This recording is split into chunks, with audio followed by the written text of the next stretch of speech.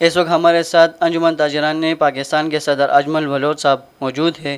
ملک میں بجلی بحران، پیٹرول بحران کے ساتھ ساتھ اب ایک نیا بحران شروع ہو گیا ہے جو چینی کا بحران ہے۔ اس حوالے سے ہم اجمل بلوچ صاحب سے جانیں گے کہ ان کا اس حوالے سے کیا کہنا ہے۔ جی بسم اللہ الرحمن الرحیم۔ دیکھیں، اس ملک میں جب سے سیاسی عدم استحکام آیا ہے، بہت سارے بحرانوں نے جنم لیا ہے۔ اس میں معاشی بحران نے جنم لیا ہے، آئینی بحران نے جنم لیا ہے، بجلی کے بلوں کے بحران نے ایک بہت بڑا جنم لیا ہے۔ اس وقت ملک میں بڑی شدت کے ساتھ لوگ احتجاج کر رہے ہیں، جن کے دل جلے ہیں وہ بل جلا رہے ہیں۔ بات یہ ہے کہ اب یہ جو چینی کا بحران ہے، بدقسمتی ہماری یہ ہے کہ جو بھی وزارت تجارت ہوتا ہے، اس کا یہ کام ہوتا ہے کہ جو اس سے ریلیٹڈ افسران ہوتے ہیں، بیوروکریٹس ہوتے ہیں، ان کا کام ہے مل کے کہ اتنی چینی ایکسپورٹ کریں جتنی ملک کی ضرورت کے علاوہ۔ آپ جب زیادہ کر دیتے ہیں، یہ جان بوجھ کے ہوتا ہے، چینی کو مہنگا کرنے کے لیے ایک مافیا ہے، اس میں یہ سرکاری افسران شامل ہیں، یہ بیوروکریٹس ہیں۔ کسی دکاندار کا قصور نہیں ہوتا، دکاندار تو 50 روپے کی بھی بیچ رہا تھا، 60 کی بھی بیچ رہا تھا، یہ وہاں پہ ایسا کام ہوتا ہے۔ پھر یہ اس طرح سے، آپ کو یاد ہو عمران خان کی حکومت میں، تحریک انصاف کی حکومت میں، جب 60 روپے سے 100 روپے چینی ہوئی تو یہی وجہ بنی کہ اس وقت بھی جہانگیر ترین اور جتنے بھی یہ لوگ تھے، انہوں نے، یا جو ان کے ساتھ افسران اٹیچ تھے، یا اس وقت کے وزیر تجارت تھے، انہوں نے مل کر چینی زیادہ ایکسپورٹ کر دی، پیچھے کم رہ گئی۔ جب چیز شارٹ ہوتی ہے مہنگی ہو جاتی ہے۔ اچھا، اس کو پھر جب تھوڑے دن روک کے کہا جی چینی شارٹ ہو گئی، شوشہ چھوڑا، وہ پھر ہوتا کیا ہے کہ عام آدمی 1 کلو کے بجائے گھر 5 کلو لے جاتا ہے، وہ اور شارٹیج ہو جاتی ہے کہ کہیں شارٹ نہ ہو جائے چیز۔ تو یہ ظلم کیا گیا۔ اور پھر کیا کیا گیا کہ کچھ عرصے بعد اسی حکومت میں باہر سے چینی امپورٹ کی گئی۔ جب امپورٹ کی گئی، اس امپورٹ کو 1 مہینہ لگا دیا، فوری طور پہ نہیں کیا ہے۔ یہ بھی افسران کی نااہلی تھی یا ملی بھگت تھی۔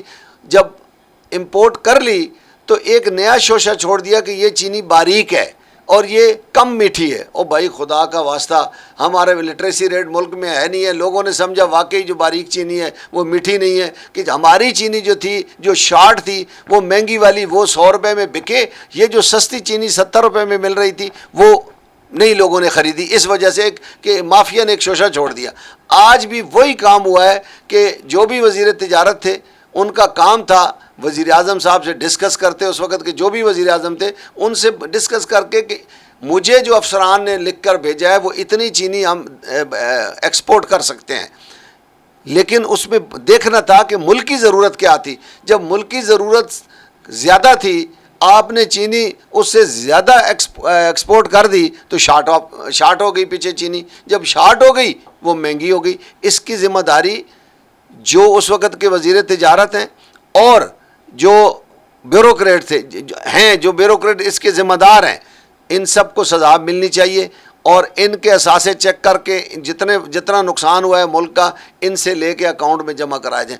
یار یہ کب تک ہوتا رہے گا؟ یہ قوم کے ساتھ کب تک مذاق ہوتا رہے گا کہ مافیا جیبیں بھر لیتا ہے، بیوروکریٹس اس میں جو ملے ہوتے ہیں وہ جیبیں بھر لیتے ہیں، تو ملک کا تو بڑا نقصان ہوتا ہے بھائی۔ اس کا ذمہ دار کون ہے؟ آج تک کسی کو سزا نہیں ملی ہے۔ اداروں کے اندر احتساب کا عمل کوئی نہیں ہے۔ نیب تو ہمیں پہلے ہی چوری سکھاتا ہے کہ تم نے ارب روپے چوری کیا ہے تو 75 کروڑ ہمیں دے دو، 25 تم رکھ لو۔ یہ کوئی احتساب نہیں ہے، یا سیاستدانوں کو پکڑنے کے علاوہ اور کچھ نہیں ہوتا۔ باقاعدہ ہر دفتر میں، جس طرح کچھ اداروں میں احتساب کا عمل یہ ہے کہ آپ کوئی بھی غلط کام کرتے ہیں، ادارے میں چند لوگ بیٹھے ہوں جو اس کو چیک کریں، اس کی رپورٹ اوپر پہنچائیں کہ یہاں یہ ہو رہا ہے۔ جیسے آرمی کی گاڑیاں اگر وہ باہر نکلتی ہیں تو ایم پی جو پولیس ہوتی ہے، ملٹری پولیس ہوتی ہے، وہ چیک کرتی ہے کہ یہ افسر گاڑی کدھر لے کے جا رہا ہے، اور اگر وہ اجازت کے بغیر لے کے جا رہا ہوتا ہے تو پنشمنٹ ملتی ہے۔ اسی طرح ہمارے سرکاری دفتروں کی گاڑیاں سارا دن بچوں کو سکولوں سے صاحب کے لیے سبزی فروٹ، پھر بیگم صاحبہ کے لیے سارا دن خریداری میں لگی رہتی ہیں۔ تو اس کے ذمہ دار ہونے چاہیے یار لوگ، جو ہر دفتر کے اندر احتساب کا عمل شروع کریں، اور ہر دفتر کے اندر احتساب ہو۔ ہم کب تک ایسا کرتے رہیں گے؟ اب تو اینڈ ہو گیا ہے, اب تو ہمارے پاس کوئی راستہ نہیں ہے, اب تو ہم کسی جگہ پہ گرنے والے ہیں. تو اب تو ہم یہ خیال کر لیں کہ نہیں یار, جو یہ سرکاری نقصانات ہیں, یہ جو مرات ہیں, یہ جو مفت سارا کچھ ہے, یہ جو اس طرح کی مافیاز ہیں, ان کو کون روکے گا؟ بجلی چوروں کو پکڑنے کے لیے آج تک کوئی عمل نہیں لے گیا. سر یہ ان سارے سلسلے کو روکنے کے لیے ہمیں ایسا کیا اقدامات کرنے چاہیے گورنمنٹ کو, یا یہ جو مہنگائی کا سلسلہ جا رہا ہے, چینی مہنگی ہو رہی ہے, بجلی بحران چل رہا ہے, اس حوالے سے آپ کیا کہیں گے؟ دیکھیں ہر بار ہم نے مطلب دیکھیں نا, حکومتوں کے بھی کچھ کام ہوتے ہیں. سیلاب آ جائے تو ہم فوج کو بلاتے ہیں, زلزلہ آ جائے تو ہم فوج کو بلاتے ہیں, کوئی آفت آ جائے, کوئی مشکل ہو جائے, ہم فوج کو بلاتے ہیں. او بھائی ادھر کے ادارے کیوں اچھا کام نہیں کرتے ہیں؟ ادھر کے ادارے, ہمارے جو سولین ادارے ہیں, وہ کیوں نہیں اس طرح کے کام کرتے تاکہ عوام کے جیسے جواب دے تو یہ ہوتے ہیں, آ کر فوج کام کرتی ہے. تو بھائی بات یہ ہے کہ جب تک ادارے ہمارے درست نہیں ہوں گے, ان کے اندر کرپشن پہ سزا نہیں ہوگی, ان کے اندر احتسابی عمل دفتروں کے اندر نہیں ہوگا, تو پھر ہم اسی طرح دیکھیں نا, ہمارے سولین ادارے 6-6 ارب روپے کے خسارے میں ہیں. وہ کیوں ہیں؟ ہمارے نائل جو حکمران ہیں, نائل جو بیوروکریٹس ہیں, ان کی وجہ سے. او بھائی کیوں منافع بخش نہیں ہے؟ پی آئی اے کیوں خسارے میں ہے؟ ریلوے کیوں خسارے میں ہے؟ پاکستان ٹیلی ویژن, ہر بل کے اوپر ٹیلی ویژن کا پیسے لگے ہوئے ہیں, پھر بھی وہ خسارے میں. اب ریڈیو کا جو ہے خسارہ پورا کرنے کے لیے, جو ریڈیو پاکستان میں وہ جو ہے شارٹ فال ہے اس کا بہت ساری رقم کا, اس کو پورا کرنے کے لیے انہوں نے ریڈیو کا ٹیکس بھی بجلی کے بلوں میں لگا دیا ہے. او بھائی بجلی کے بلوں میں 13 ٹیکس ہیں, کوئی خدا کا خوف کرے. ٹیکس کا سارا بوجھ جا کر عوام پہ پڑتا ہے, تاجروں پہ پڑتا ہے اور عوام پہ پڑتا ہے. سب سے زیادہ مہنگی بجلی تاجر خریدتا ہے. سب سے زیادہ ٹیکسز کمرشلی جو بل ہیں بجلی کے, جو دکانوں کے بل ہیں, ان پر ہوتا ہے. یہ جو جتنے ٹیکسز ہیں, زیادہ income tax, sale tax, further tax, extra tax, fuel adjustment tax, اس طرح کے اور کئی ٹیکسز ہیں, پھر ان کے اوپر اور ٹیکس ہیں. بھائی خدا کا خوف کریں, بجلی کی قیمت ہم سے وصول کریں. جو بجلی کی قیمت ہے, ہم سب سے مہنگی بجلی خریدتے ہیں. یہ ٹیکس اصل میں ڈائریکٹ ٹیکس یہ لوگوں سے لے نہیں سک رہے, بڑوں سے لے نہیں سک رہے. اور بھائی دیکھیں نا, جس کے 10 گھر ہیں, وہ ایک بندے کے 10 گھر کدھر سے بن گئے ہیں بھائی؟ ٹھیک ہے, اگر تو اس کے حلال کے پیسے ہیں, اس نے ڈکلیئر کیا ہوا ہے انکم ٹیکس میں, تو کوئی بات نہیں ہے. اور جس نے نہیں کیا ہوا, اس نے پیسے لائے کدھر سے ہیں, اس نے یہ بنایا کیسے ہے؟ کم از کم ترکی کی طرز پہ ان سے پوچھا جائے. اگر اس کے 3 گھر ہیں تو ایک فروخت کا ایک نیلام کروا کے باقیوں کا ٹیکس ادا کر.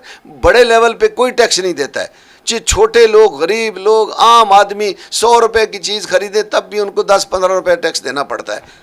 عوام سے اب کیا کہنا چاہیں گے؟ 1-2 دن ہڑتال کر لیتے ہیں, تاجر برادری 1-2 دن ہڑتال کر لیتے ہیں, لیکن پھر بعد میں وہی سلسلہ شروع ہو جاتا ہے, روزمرہ کی زندگی شروع ہو جاتی ہے, لیکن وہ اس کا حل نظر نہیں آ رہا. اس حوالے سے اب کیا کہیں گے؟ ایسا نہیں ہوتا. یہ جو ہڑتال ہوتی ہے نا, اس سے حکومت ہل جاتی ہوتی ہے. ایسا نہیں ہوا کہ شٹر ڈاؤن ہوا ہے تو حکومت آگے پھر ہم شروع کر رہے ہیں, ہم احتجاج پھر سے شروع کر رہے ہیں. ہو سکتا ہے ہم اسلام آباد میں بڑا احتجاج کریں, پورے پاکستان کے تاجروں کو بلا کے ادھر احتجاج کریں.